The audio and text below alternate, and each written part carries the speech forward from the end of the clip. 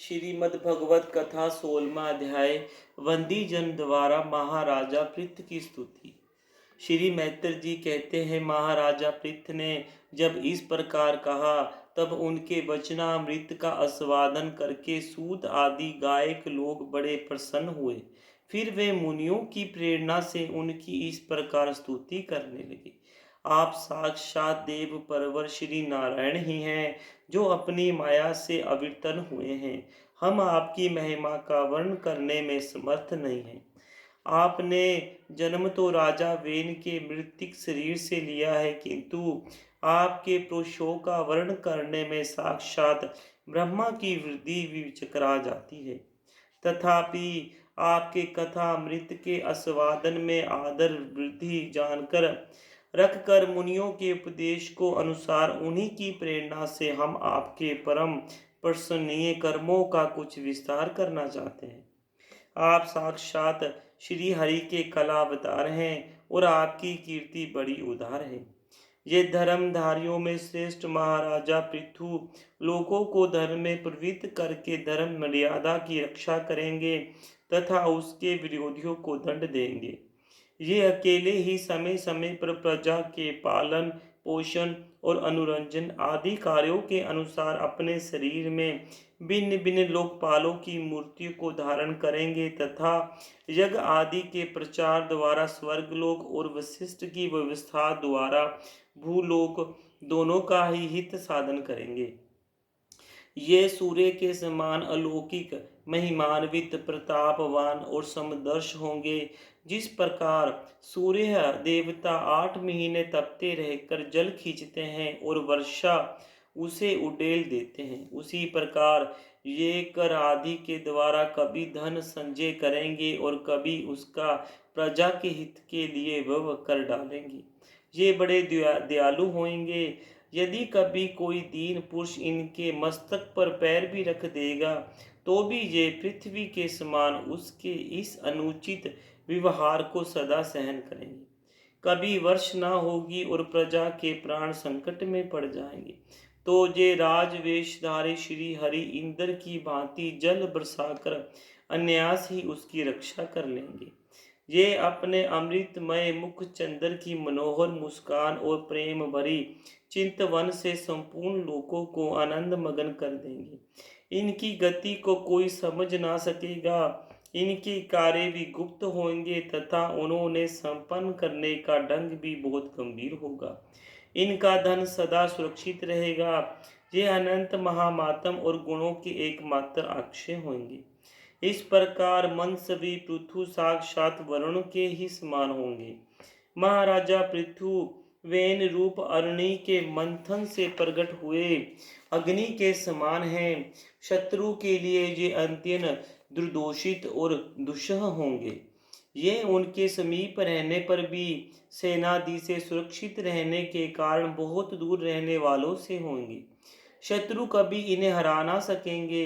जिस प्रकार प्राणियों के भीतर रहने वाला प्राण रूप सुतरमा शरीर के भीतर बाहर के समय वह प्यार को देखते रहने पर भी उदासीन रहता है, उसी प्रकार ये गुप्तचरों के द्वारा प्राणियों के गुप्त और प्रकट सभी प्रकार के व्यापार पर देखते भी अपनी निंदा और स्तुति आदि के प्रति उदासीनवत रहेंगे।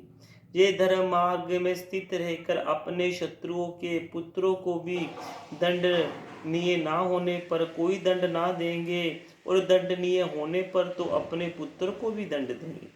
भगवान सूर्य मान सतोर पर्वत तक जितने प्रदेशों को अपनी किरणों से प्रकाशित करते हैं, उस संपूर्ण क्षेत्रों में इनका निष्कंटक राज्य होगा। ये अपने कार्यों से सब लोगों को सुख पहुँचावेंगे, उनका रजन करेंगे।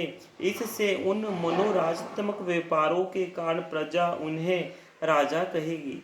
ये बड़े दृढ़ संकल्प, सत्य प्रतिज्ञा, ब्राह्मण भक्त, वृद्धों की सेवा करने वाले, शरणागत वत्सल, सब प्राणियों को मान देने वाले और दीन पर दया करने वाले होंगे। ये पर क्षत्रियों में माता के समान भक्ति रखेंगे, पत्नी को अपने आधे अंग के समान मानेंगे, प्रजा पर पिता के समान प्रेम रखेंगे और ब्रह्मावादियों के सेवक होंगे। दूसरे प्राणी इन्हें उतना ही चाहेंगे जितना अपने शरीर को। ये सुहद के आनंद को बढ़ाएंगे। ये सर्वदा वैराग्यवान पुरुषों से विशेष प्रेम करेंगे और दुष्टों को दंडपणि यमराज के समान सदा दंड देने के लिए उद्धत रहेंगे।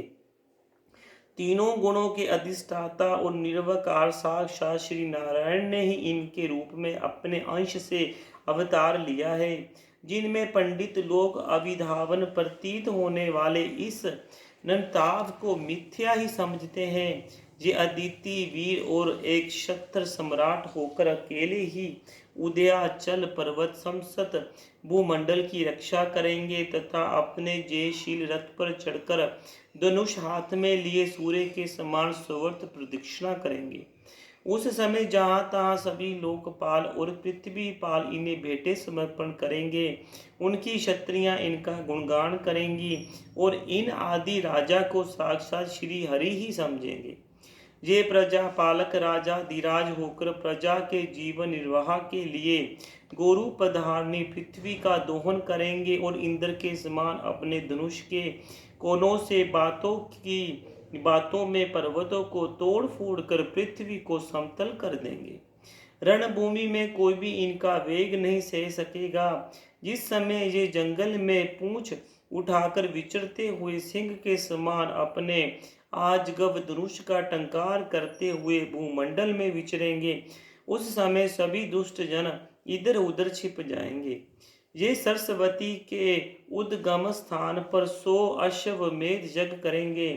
तब अंतिम यज्ञ अनुष्ठान के समय इंद्र इनके घोड़ों को हर कर ले जाएंगे। अपने महल के बगीचे में इनकी एक बार भगवान सत्य कुमार से भेंट होगी।